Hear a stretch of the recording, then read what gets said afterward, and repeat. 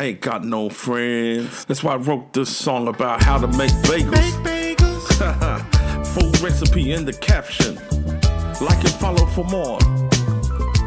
Have a wonderful day. First off, get your bowl and add more water. 7 grams of instant yeast and a spoon of sugar. Give it a good whisk, then let it get swole. Add some bread flour and some salt to a bowl. Then combine it wet and dry, form a shaggy ass dome. Beat with the spoon till your hand can take no more. Then start kneading full speed it until it is smooth. Roll a ball, cover all, raise the roof and let it proof. Little dough boy, and now you double, cause I leave you cut your doughy south into 8 pieces. You look delicious. Then we flatten, make a hole for real G. Then we place them on some lime baking sheets for 20 minutes. Reheat the oven to 425. I don't know why the heck I'm using Fahrenheit.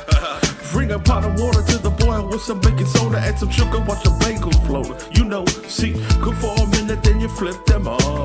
Another minute, then you take them out. It's hot, cheap, but you gotta add your seasons and you bake it in the oven till it finished. Yeah, bagels up.